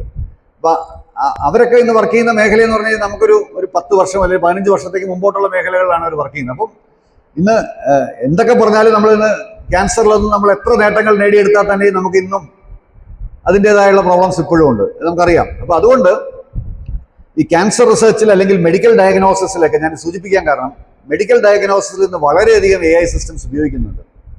നമുക്ക് ഇഷ്ടപ്പെട്ടാലും ഇല്ലെങ്കിലും. നമ്മുടെ ഡോക്ടർ ഒരു MRI സ്കാൻ എടുക്കാൻ പറയുന്നു. MRI സ്കാൻ എടുത്തിട്ട് നമ്മൾ തിരിച്ചു ചെല്ലുമ്പോഴേക്കും ഡോക്ടറുടെ സ്ക്രീനിൽ MRI സ്കാൻ ഉണ്ടാവും, അല്ലേ? എന്നിട്ട് ഡോക്ടർ നമ്മളോട് പറയുകയാണ്, അതിനെ ബേസ് ചെയ്തിട്ടുള്ള കാര്യങ്ങൾ നമ്മളോട് പറയുകയാണ്. പക്ഷേ ഇതിൻ്റെ ബാക്ക്ഗ്രൗണ്ടിൽ ഒരു AI സിസ്റ്റം വർക്ക് ചെയ്യുന്നുണ്ട്. നല്ല ഇന്ന് അഡ്വാൻസ്ഡ് ആയിട്ടുള്ള ഹോസ്പിറ്റൽസിലൊക്കെ ഡോക്ടർക്ക് റെക്കമെൻഡേഷൻ കൊടുക്കുന്നുണ്ട്. AI system sitting in the background. Finally ഇപ്പോൾ അവസാനം നമ്മുടെ ഇപ്പോഴും ഒരു ഡോക്ടറിനെ റീപ്ലേസ് ചെയ്തിട്ടില്ല. ഡോക്ടറാണ് നമ്മളോട് സംവദിക്കുക, ഡോക്ടറാണ് ആ AI സിസ്റ്റം പറയുന്ന റെക്കമെൻഡേഷൻ കറക്റ്റ് ആണോ എന്ന് നോക്കി ഉത്തരവാദിത്വത്തോട് നമ്മളോട് പറയുന്നത് ഡോക്ടറാണ്.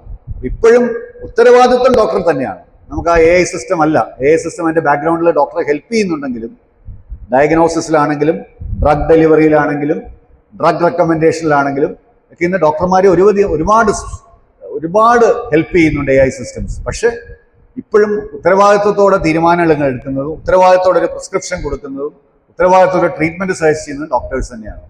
അപ്പോൾ അതാണ് റെസ്പോൺസിബിൾ AI. അപ്പോൾ ആ ഹ്യൂമൻ ഇന്റർവെൻഷൻ ഇപ്പോഴും അവിടെ ഉണ്ട്. ഹ്യൂമൻ ഇന്റർവെൻഷൻ ഉള്ളിടത്തോളം കാലം AI റെസ്പോൺസിബിൾ ആയിരിക്കും.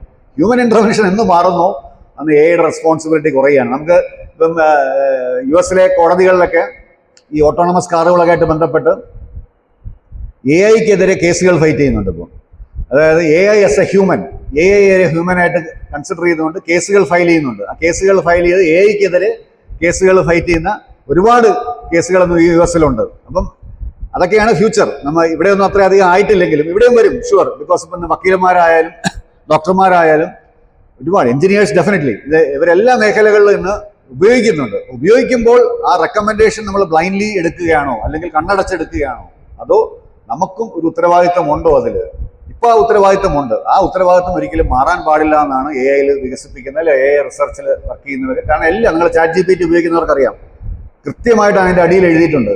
ശ്രദ്ധിക്കാറുണ്ടോ? ChatGPT അല്ലെ Gemini ഒക്കെ ഉപയോഗിക്കുന്നതിൻ്റെ അടിയിൽ കൃത്യമായിട്ട് എഴുതിയിട്ടുണ്ട്. ChatGPT or Gemini can make errors. ഞങ്ങൾക്ക് തെറ്റ് പറ്റാം, ഞങ്ങൾ പറയുന്ന കാര്യം കൃത്യമായി ശരിയാവണമെന്നില്ല. ആ ഉത്തരവാദിത്വം നിങ്ങൾ എടുക്കണം. അപ്പൊ നിങ്ങൾക്ക് ബുദ്ധിയുണ്ടല്ലോ, നിങ്ങൾ ഉപയോഗിക്കുന്നവർക്ക് ബുദ്ധിയുണ്ട്. ആ ബുദ്ധി ഉപയോഗിച്ച് നിങ്ങൾ ഞങ്ങളെ ഉപയോഗിക്കുക. പക്ഷെ ഞങ്ങളെ ബ്ലൈൻഡ് ആയിട്ട് അല്ലെങ്കിൽ ഞങ്ങളെ കണ്ണടച്ച് വിശ്വസിക്കരുതെന്നാണ് അങ്ങനെയുള്ള LLM ഏജൻസും പറയുക.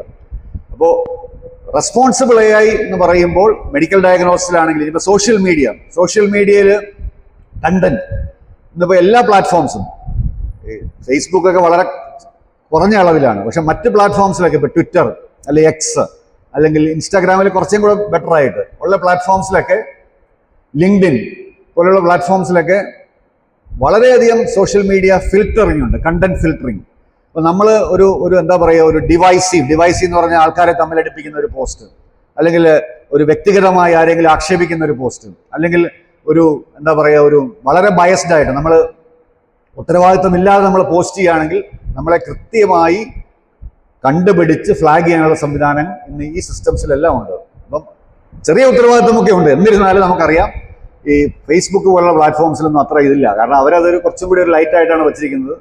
നമുക്കറിയാം ഫേസ്ബുക്കിലൊക്കെ നോക്കിക്കഴിഞ്ഞാൽ ആൾക്കാർ ഏറ്റവും അധികം ഫേക്ക് ഐഡിയും മറ്റുമൊക്കെ ഉപയോഗിച്ച് വളരെ ഇറസ്പോൺസിബിൾ ആയിട്ട് ഫേസ്ബുക്കിലൊക്കെ പോസ്റ്റ് ചെയ്ത് നമുക്കറിയാം. പക്ഷേ ചില platforms, professional platforms especially LinkedIn ആണെങ്കിലും എക്സൊക്കെ ആണെങ്കിലും ഒരു ചെറിയ നമ്മൾ എന്തെങ്കിലും ആരെങ്കിലും അധിക്ഷേപിക്കുന്ന തരത്തിലൊരു പോസ്റ്റ് വന്നു കഴിഞ്ഞാൽ നമ്മളെ അവിടെ ബ്ലാക്ക് മാർക്ക് ചെയ്യുകയാണ്, കൃത്യമായി റെക്കമെൻഡേഷൻ വരികയാണ്, നിങ്ങളത് പിൻവലിക്കണം എന്നുള്ള ഒരു റെക്കമെൻഡേഷൻ കൃത്യമായിട്ട് വരുന്നുണ്ട്. അപ്പോൾ സോഷ്യൽ മീഡിയ ഫിൽട്ടറിംഗ് പ്ലാറ്റ്ഫോംസ് ഒക്കെ ഇന്ന് വളരെ സജീവമാണ്. അങ്ങനെയുള്ള മെക്കാനിസംസ് ഇന്ന് വളരെ സജീവമാണ്. അത് കുറച്ചും കൂടി മെച്ചപ്പെട്ട രീതിയിലാവുമെന്ന് നമുക്ക് ആശിക്കാം. ഇപ്പം റെസ്പോൺസിബിൾ AI എന്ന് പറഞ്ഞാൽ മെഷീനാണ് തീരുമാനം എടുക്കുന്നതെങ്കിലും, മെഷീനാണ് അത് പ്രവർത്തിക്കുന്നതെങ്കിലും റെസ്പോൺസിബിലിറ്റി ഇപ്പോഴും മനുഷ്യന്റെ കയ്യിലാണ്. ഉത്തരവാദിത്വം മനുഷ്യന്റെ കയ്യിലാണ്. ഉപയോഗിക്കുന്നവരുടെ കയ്യിലും അതുണ്ടാക്കുന്നവരുടെ കയ്യിലും റെക്കമെൻഡേഷൻ തരുന്നവരുടെ കയ്യിലുമാണ് ആ ഉത്തരവാദിത്വം. അപ്പോൾ റെസ്പോൺസിബിൾ AI എന്ന് പറയുന്നത് ഇന്ന് ഈ AI സിസ്റ്റംസിന്റെ വികാസത്തിനോടൊപ്പം റെസ്പോൺസിബിൾ ആയിട്ടുള്ള AI സിസ്റ്റംസ് ഡെവലപ്പ് ചെയ്യാനുള്ള ഒരു യജ്ഞത്തിലാണ് ലോകം. ഇതൊക്കെ പറയുമ്പോഴും ഒരുപാട് വയലേഷൻസ് ഉണ്ടാവുന്നുണ്ട്, ഒരുപാട് മിസ്യൂസ് ഉണ്ടാവുന്നുണ്ട്, ഒരുപാട് ഇതിനെയൊക്കെ മറികടക്കുന്ന രീതിയിലുള്ള ഇടപെടലുകളൊക്കെ ഉണ്ടാവുന്നുണ്ട്. പക്ഷെ എന്നിരുന്നാലും നമ്മളെപ്പോഴും ഈ എന്തൊക്കെ പ്രോബ്ലംസ് ഹ്യൂമാനിറ്റിയിലുണ്ടായിരിക്കും, ക്ലൈമറ്റ് ചേഞ്ചിലൊക്കെ ഒരുപാട് പ്രോബ്ലംസ് നമ്മൾ അഭിമുഖീകരിക്കുന്നുണ്ട്, അല്ലെങ്കിൽ ഇതുപോലുള്ള മേഖലകളിലൊക്കെ ഒരുപാട് പ്രോബ്ലംസ് അഭിമുഖീകരിക്കുന്നുണ്ടെങ്കിലും ഫൈനലി സൊല്യൂഷൻസ് കണ്ടെത്തുന്നത് നമ്മൾ തന്നെയാണ്, അല്ലേ? ഇതൊക്കെ അതിജീവിച്ചാണ് നമ്മൾ മുമ്പോട്ട് പോകുന്നത്. അപ്പോൾ ഇതുപോലുള്ള സിസ്റ്റംസ് ഒക്കെ വന്നിരുന്നാൽ തന്നെയും റെസ്പോൺസിബിൾ ആയിട്ടുള്ള സിസ്റ്റംസ് ഡെവലപ്പ് ചെയ്യാനുള്ള ഒരു എന്താ പറയുക, ഒരു ആത്മാർത്ഥത കൂടി ഇത് ഡെവലപ്പ് ചെയ്യുന്ന കമ്പനികൾക്കുണ്ട്, ഇത് ഡെവലപ്പ് ചെയ്യുന്ന സിസ്റ്റംസിനുണ്ട്, ഉപയോഗിക്കുന്നവർക്കുമുണ്ട്. അതാണ് രണ്ടാമത്തെ ഘടകം, റെസ്പോൺസിബിൾ AI. അപ്പൊ ഇതൊരു ഞാൻ നേരത്തെ പറഞ്ഞ പൈലറ്റ്, ഓട്ടോ പൈലറ്റ് ഉണ്ടെങ്കിലും ഫൈനലി പൈലറ്റാണ് ഡിസിഷൻ എടുക്കുന്നത്. ഫൈനലി പൈലറ്റാണ് റെസ്പോൺസിബിൾ. അഹമ്മദാബാദിൽ ക്രാഷ് ഉണ്ടായി, വളരെയധികം ആൾക്കാർ മരിച്ചു, അപ്പം പൈലറ്റും മരിച്ചു. അപ്പം റെസ്പോൺസിബിലിറ്റി ഫൈനലി എപ്പോഴും നമുക്കൊരു അതിൻ്റെ ഒരു മെഷീനെയോ അല്ലെങ്കിൽ ഒരു മെഷീൻ സ്നാഗിനെയൊക്കെ പറഞ്ഞാലും ഫൈനലി ഒരു ഉത്തരവാദിത്വം എപ്പോഴും അതിൽ ഒന്നില്ലെങ്കിൽ ആ ഓപ്പറേറ്റ് ചെയ്ത കമ്പനി, അല്ലെങ്കിൽ ആ ഓടിച്ച പൈലറ്റ്, അല്ലെങ്കിൽ ആ ഡിസിഷൻ എടുത്ത പൈലറ്റൊക്കെയാണ്. അപ്പം ആ ഒരു റെസ്പോൺസിബിലിറ്റി ഇപ്പോഴും പിൻ പോയിന്റ് ചെയ്യുന്നുണ്ട്. അപ്പോൾ ഓട്ടോ പൈലറ്റും ഉണ്ടെങ്കിലും പൈലറ്റാണ് റെസ്പോൺസിബിൾ. അതാണ് കൃത്യമായ അതിനകത്തെ ഒരു ഉത്തരം. അപ്പോൾ പൈലറ്റിന് ഓട്ടോ പൈലറ്റ് കിടന്നുറങ്ങാൻ പറ്റില്ല. He has to be responsible for the entire flight. അതാണ് ക്ലിയർ ആയിട്ടുള്ള മെസ്സേജ് അതിനകത്ത്. കാരണം അത്രയധികം ആൾക്കാരുടെ ജീവൻ ആ ഒരു വ്യക്തിയുടെ കയ്യിലാണ്, അല്ലെങ്കിൽ ആ ഒരു സിസ്റ്റം ആണ് പ്രവർത്തിക്കുന്നതെങ്കിലും ആ വ്യക്തിക്ക് ഒരു റെസ്പോൺസിബിലിറ്റി ഏൽപ്പിച്ചു കൊടുക്കുന്നുണ്ട്. മൂന്നാമത്തെ മേഖലയാണ് എത്തിക്കൽ AI. അതായത്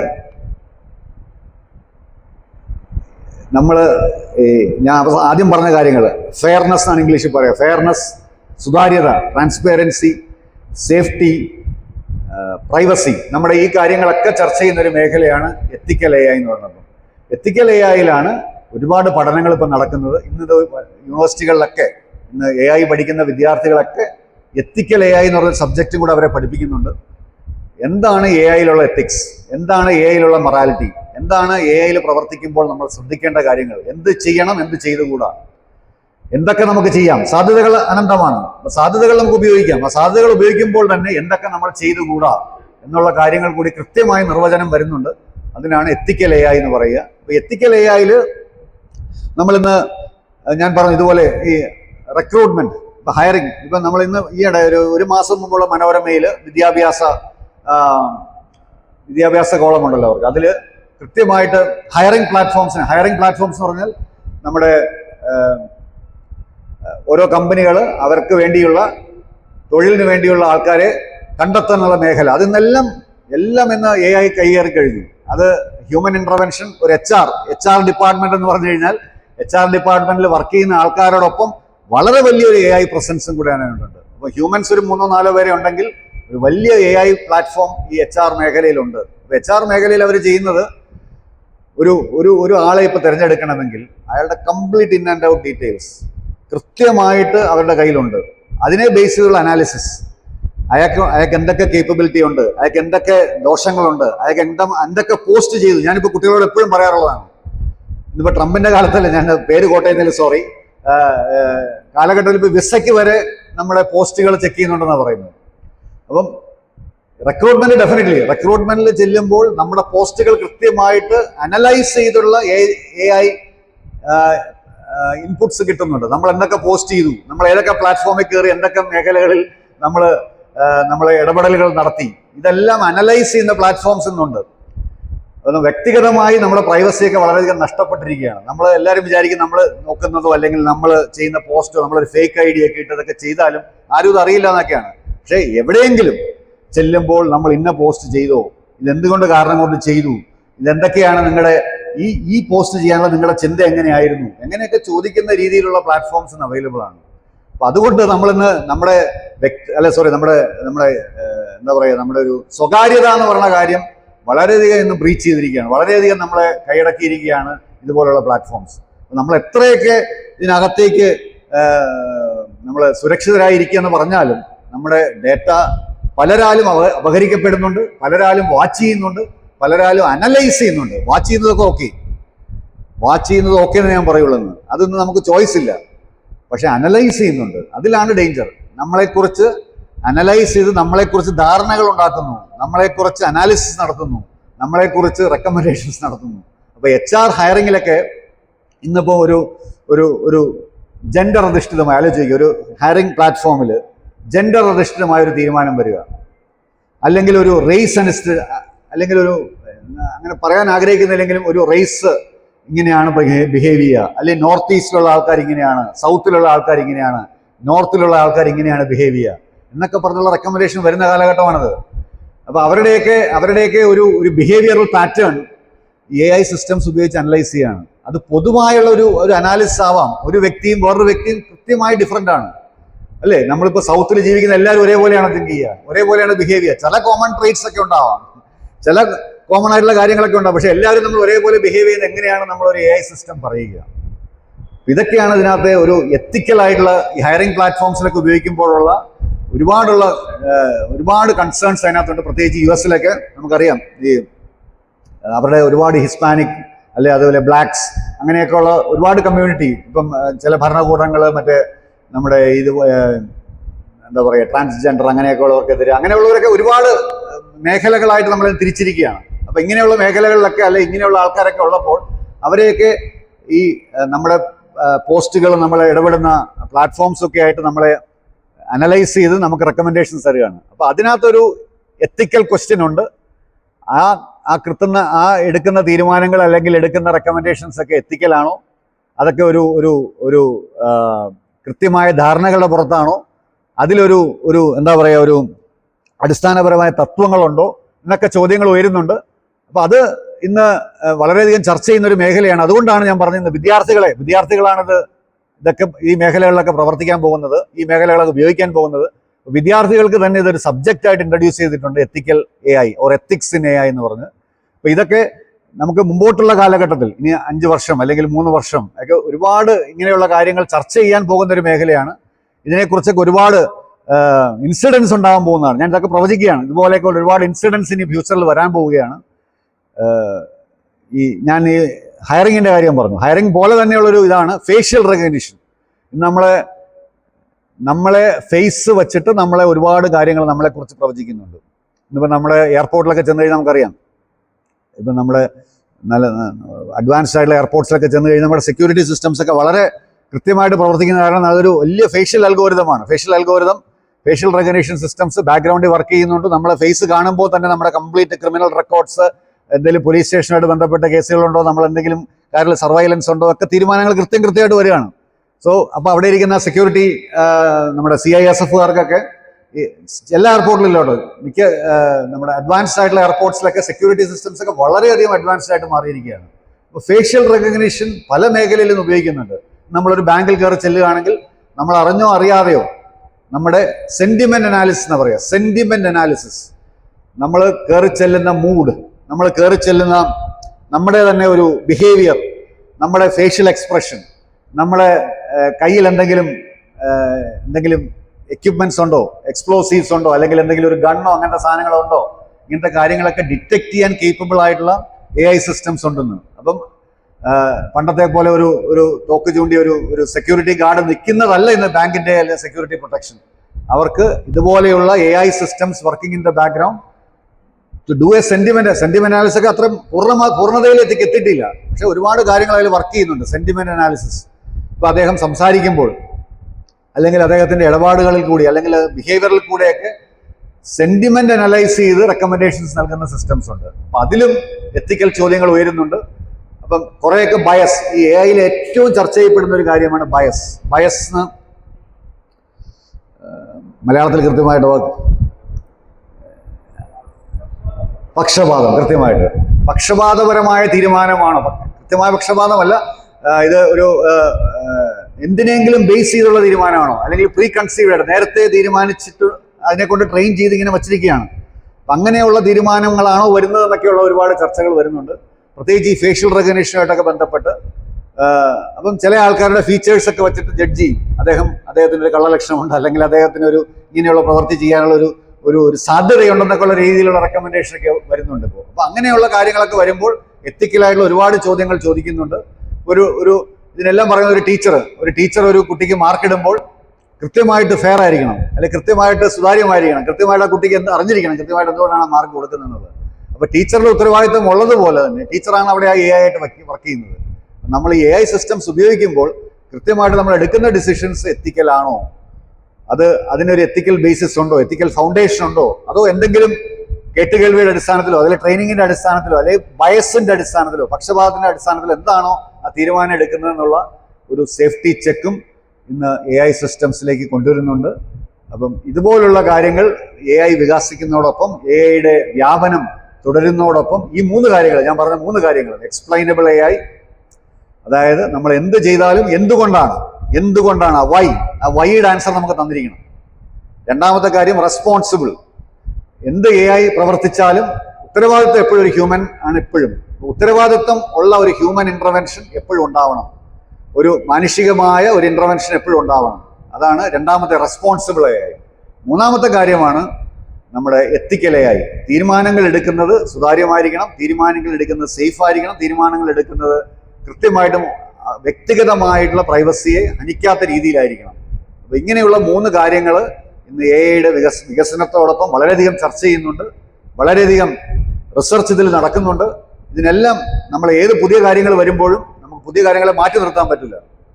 നമ്മളെപ്പോഴും പാസ്റ്റിൽ ജീവിക്കാൻ പറ്റില്ല, ഇന്ന് മുമ്പോട്ട് നോക്കിയേ ജീവിക്കാൻ പറ്റുള്ളൂ.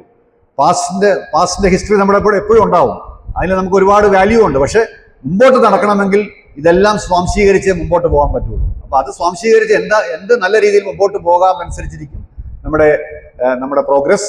നമ്മുടെ ടെക്നോളജിയോടൊപ്പം ജീവിക്കുമ്പോൾ ഇതുപോലുള്ള കാര്യങ്ങളും നമ്മൾ കൃത്യമായിട്ട് പരിഗണനയിൽ വരണം, കൃത്യമായ നിയമങ്ങൾ വരണം. നിയമങ്ങൾ ഒരുപാട് ഇപ്പൊ ഇന്ത്യയിൽ തന്നെ ഇപ്പൊ പുതിയ BNS ഭാരതീയ ന്യായ സംഹിതയുടെ ചേഞ്ചസിലൊക്കെ എക്സാക്ട് AI റിലേറ്റഡ് ഒരുപാട് ഇത് ചേർക്കാനുള്ള ചർച്ചയിലാണ്. അതായത് പുതിയ ഇതുപോലുള്ള കാര്യങ്ങൾ വരുമ്പോൾ എങ്ങനെയാണ് ഇതുപോലുള്ള നമ്മുടെ നിയമം ഇതിന്റെ മുമ്പിലേക്ക് വരേണ്ടത്, നിയമത്തിന്റെ തീരുമാനങ്ങൾ എങ്ങനെയാണ് വരേണ്ടത്, എങ്ങനെയാണ് ഇതിൽ കൃത്യമായി കോടതി തീരുമാനങ്ങൾ വരേണ്ടത്, ഇതൊക്കെ വളരെ നല്ല രീതിയിൽ ഇപ്പോൾ ചർച്ച ചെയ്യുന്നുണ്ട്. അത് തന്നെ നല്ല കാര്യം. അപ്പോൾ ചില അഡ്വാൻസ് സിസ്റ്റംസിലൊക്കെ ഇത് ഓൾറെഡി നിയമങ്ങളായി കഴിഞ്ഞു. ഇനി ഇന്ത്യ പോലെ രാജ്യങ്ങൾ ഇത് വ്യാപിച്ചു വരുമ്പോൾ നാച്ചുറലി അതുപോലുള്ള തീരുമാനങ്ങളും അതുപോലുള്ള നിയമങ്ങളും നിർമ്മിക്കപ്പെടും. അപ്പോൾ നമുക്ക് നമ്മുടെ ഭാവിയും ഇതനുസരിച്ച് സുരക്ഷിതമാവാൻ വേണ്ടി ഇതെല്ലാം ഒരുമിച്ച് പ്രവർത്തിച്ചേ മതിയാവൂ. ഈ കുറെ കാര്യങ്ങളാണ് ഞാൻ ഇന്ന് ഈ വിഷയാവതരണത്തിൽ ഉദ്ദേശിച്ചത്. ഇതുമായിട്ട് ബന്ധപ്പെട്ട് ആർക്കെങ്കിലും എന്തെങ്കിലും സൂചിപ്പിക്കാനോ എന്തെങ്കിലും സംശയങ്ങളോ എന്തെങ്കിലും പറയാനോ ഉണ്ടെങ്കിൽ you are welcome.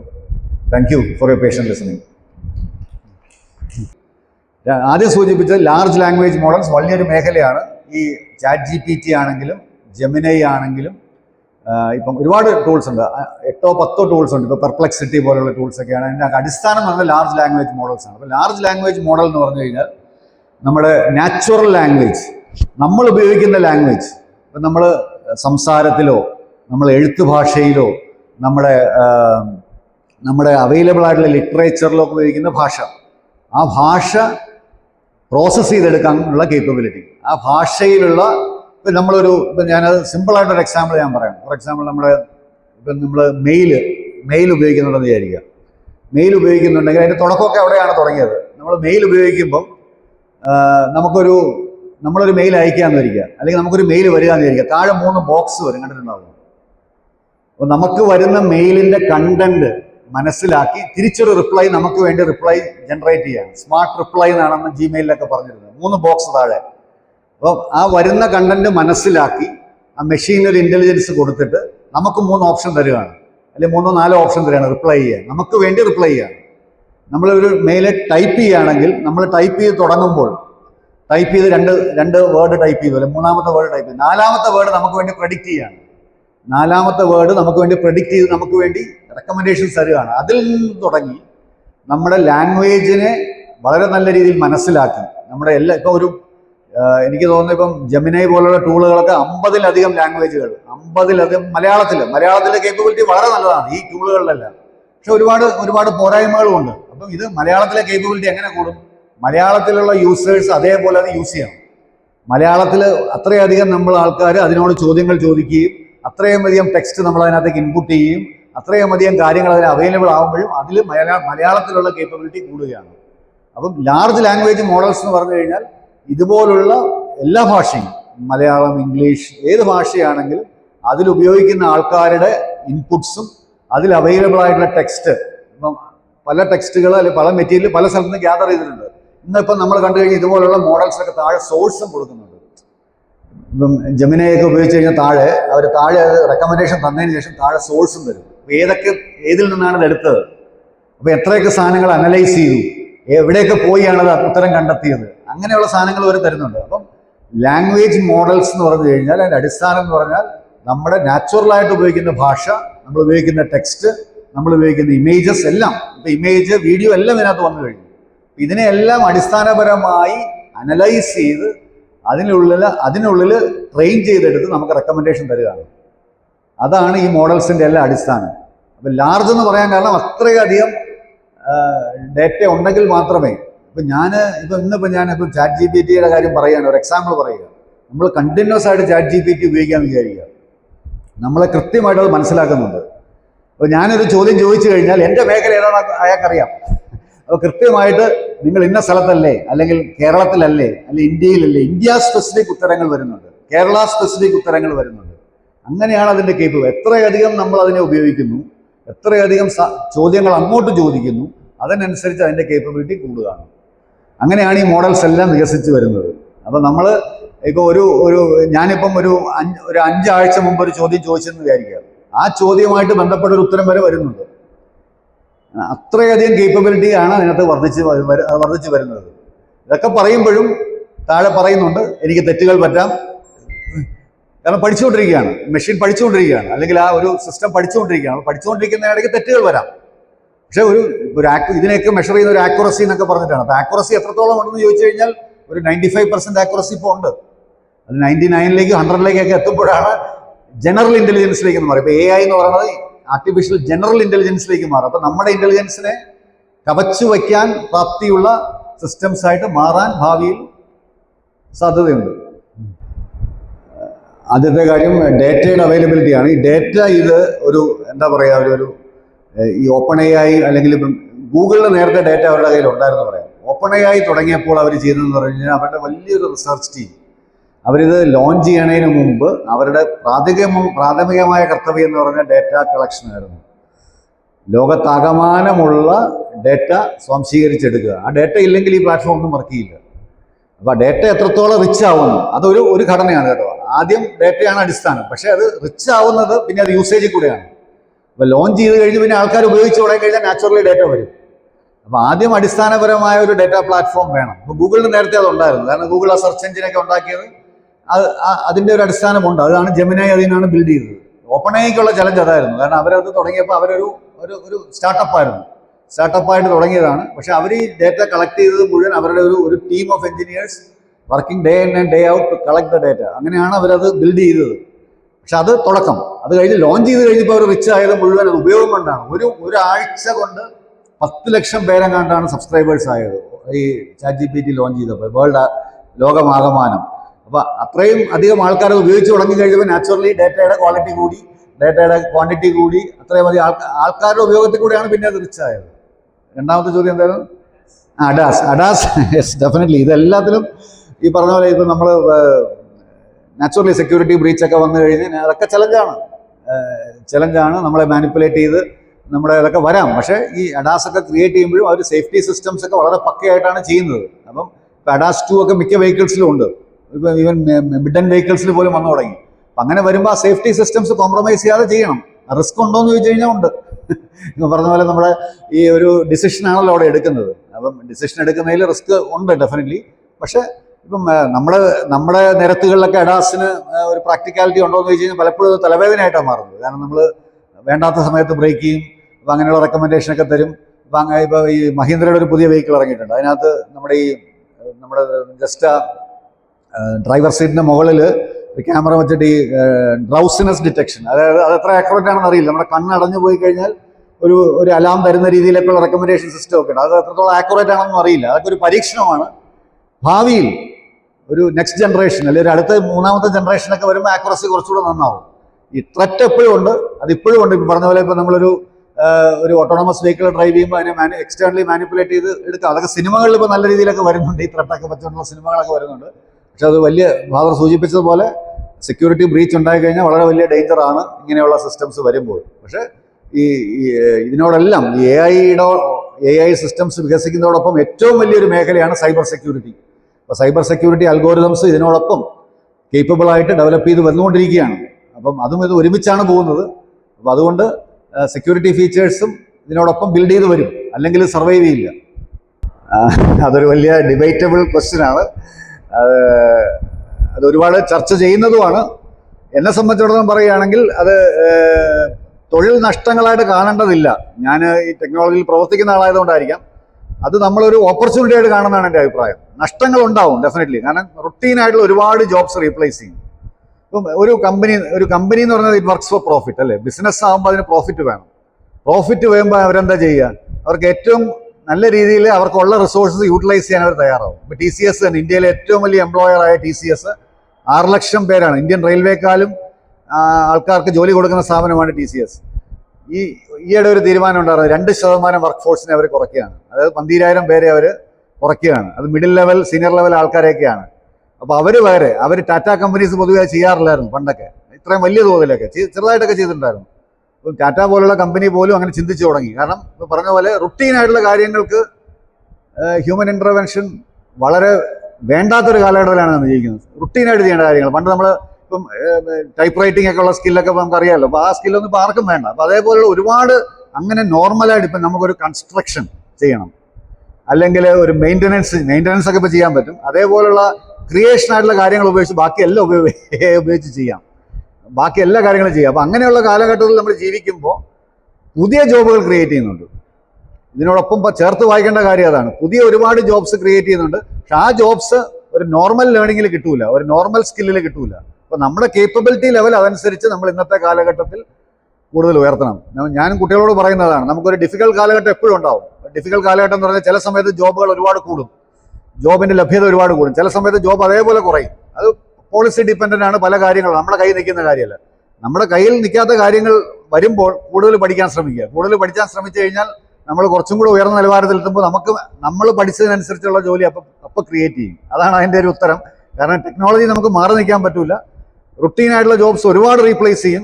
Conventional jobs ഒരുപാട് മറിക്കപ്പെടും. പക്ഷേ പുതിയ ജോലികൾ ഒരുപാട് ക്രിയേറ്റ് ചെയ്യപ്പെടും. ആ പുതിയ ജോലികൾക്ക് വേണ്ട കോമ്പിറ്റൻസി നമ്മൾ ബിൽഡ് ചെയ്യാൻ നമ്മൾ ശ്രമിക്കണം. അതാണ് നമ്മുടെ യങ്സ്റ്റേഴ്സിനോട് നമ്മൾ എപ്പോഴും പറയാറ്. അപ്പോൾ ഒരു നോർമൽ എക്സ്പെക്റ്റേഷനുള്ള ജോബ്സ് ഇനി കുറയും. ഇപ്പോൾ ഇന്ത്യയിലെ IT സെക്ടർ, അത് ഞാൻ ഒരു മിനിറ്റോടെ എടുത്ത് പറയാം. ഈ IT സെക്ടറിലായിരുന്നു ഏറ്റവും കൂടുതൽ ജോബ്സ് ഈ യങ്സ്റ്റേഴ്സിന് കിട്ടിക്കൊണ്ടിരുന്നത്. IT സെക്ടറിൽ എപ്പോഴും ഔട്ട്സോഴ്സ് ജോബ്സ് ആയിരുന്നു. അതായത് നമ്മുടെ വെസ്റ്റേൺ വേൾഡിൽ നിന്നൊക്കെ ഉള്ള അവർക്ക് കോസ്റ്റ്ലി ആയിട്ടുള്ള ജോബ്സ് അവർ ചീപ്പ് ലേബറായിട്ട് ഇങ്ങോട്ട് ട്രാൻസ്ഫർ ചെയ്യുമായിരുന്നു. അപ്പോൾ നമുക്കൊരു അവർ ഇത്ര ഡോളറിൽ ബില്ല് ചെയ്യുമ്പോൾ നമുക്ക് ഇത്ര രൂപയിൽ ഇവിടെ കൊടുത്താൽ മതി. അപ്പോൾ അതായിരുന്നു ഈ IT സെക്ടറിൻ്റെ ഗ്രോത്ത് ഇന്ത്യയിൽ ഉണ്ടായത്. ഇനി പറയുന്നത് അങ്ങനെയുള്ള റുട്ടീൻ ജോബ്സ്, ഔട്ട്സോഴ്സ് ചെയ്യുന്ന ജോബ്സ് വളരെയധികം കുറയും. നേരത്തെ ഒരു 80% ഉണ്ടായിരുന്ന ജോബ് ഒരു 10, 15, 20% കുറയുമെന്നാണ് പറയുന്നത്.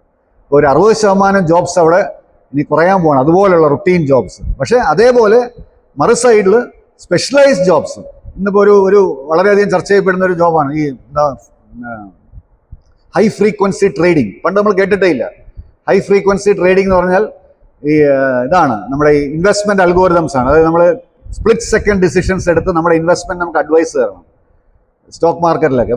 അങ്ങനെ ട്രേഡിംഗ് അൽഗോരിതംസ് ഉണ്ട്. ആ ട്രേഡിംഗ് അൽഗോരിതംസിലൊക്കെ നമ്മുടെ ഈ പറഞ്ഞ പോലെ നമ്മുടെ മാത്തമാറ്റിക്കൽ കേപ്പബിലിറ്റിയും നമ്മുടെ സ്റ്റാറ്റിസ്റ്റിക്കൽ കേപ്പബിലിറ്റിയും നമ്മുടെ കോഡിംഗ് കേപ്പബിലിറ്റിയൊക്കെ ഉള്ള കുട്ടികളാണെങ്കിൽ അവർക്ക് ഏറ്റവും ഹൈലി പെയ്ഡ് ജോബ് എന്നതാണ്. ഹൈലി പെയ്ഡ് ജോബ് ഒരു കഴിഞ്ഞ 2-3 വർഷം കൊണ്ട് ഡെവലപ്പ് ചെയ്തൊരു ജോബാണ്. അപ്പം അങ്ങനെയുള്ള പുതിയ ജോബ്സ് ക്രിയേറ്റ് ചെയ്യാണ്. കേപ്പബിലിറ്റി കൂടണം, എണ്ണം പ്രോബബ്ലി കുറവ് മതി. അതാണ് അതിനകത്തൊരു ഡേഞ്ചർ.